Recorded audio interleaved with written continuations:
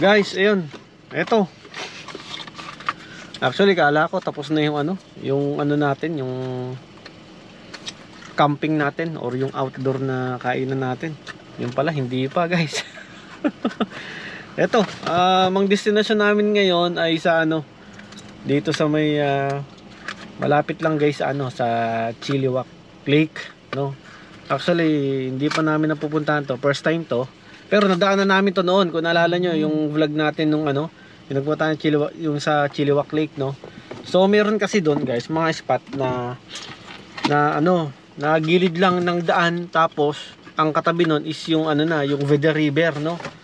So sabi ko nga nung nakaraan, ay magandang spot to kako. Kaso nga lang, sana may space doon, kasi nung time na dumaan kami doon o nakita namin may mga rin, nagka-camping, no? So ngayon guys, try natin doon. At syempre sabi natin asawa ko.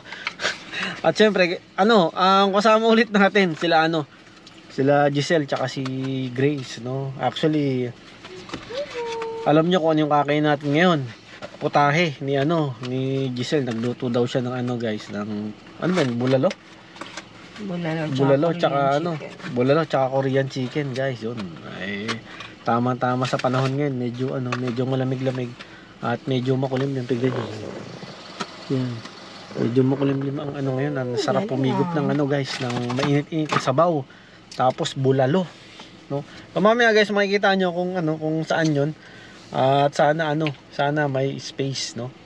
So ito, hinihintay lang natin sila sila Giselle tsaka si Grace, no? Nung kasama natin nung yung nag-camp tayo nung nakaraan. Tsaka yung nagpunta tayo guys ng dito sa Vancouver. Tsaka dito sa Lynn, no? Actually, nga lang yan, ito lang kahapon lang. Tapos yun, eto, camping ulit. Actually, nakaka-enjoy naman kasi talaga. Sabi nga nung asawa ko, na-enjoy niya yung yung camping na yun. Sabi ko nga, sige, pagka dalasin natin yung yung pag-camp natin, lalong-lalo ngayong summer, kasi pag pumalo kasi ang winter, ay hindi ka na talaga hindi mo na magagawa yung mga yun. Kaya sabi ko sa inyo, itong summer talagang sulit na sulit to sa mga Canadian, lalo sa mga nakatira dito or naninirahan dito, kasi talagang ini-enjoy nila guys yung summer na to. Tsaka yan yung mga nila, yan yung mga madalas talaga nilang ginagawa, yung camping, ganun, yung hiking, yan, mga ganyan. So guys, yun, makikita nyo maya. Yo! Oh, sila. Si Tita Grace.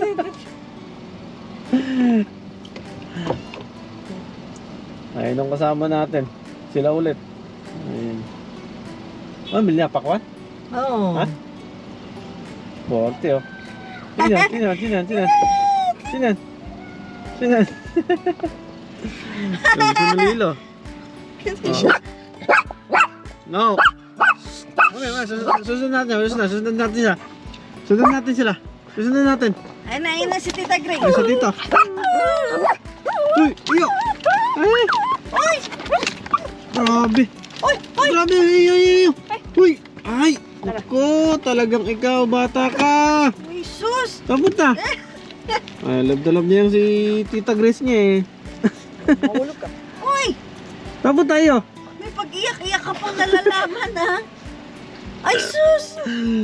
Mismo, kahapon lang kasama Hapon na, magkakasama tayo ah. Tara na, dito, sama ka na dun. Sama na ikaw doon, dali. Iiwan mo kami. Sige na. Bye-bye. Bye-bye, yo. Okay lang ba yung mamaanuhan yung sasakyan ng Nasa likod ba yung pagkain tayo? Iyo, Lilo. Iyo.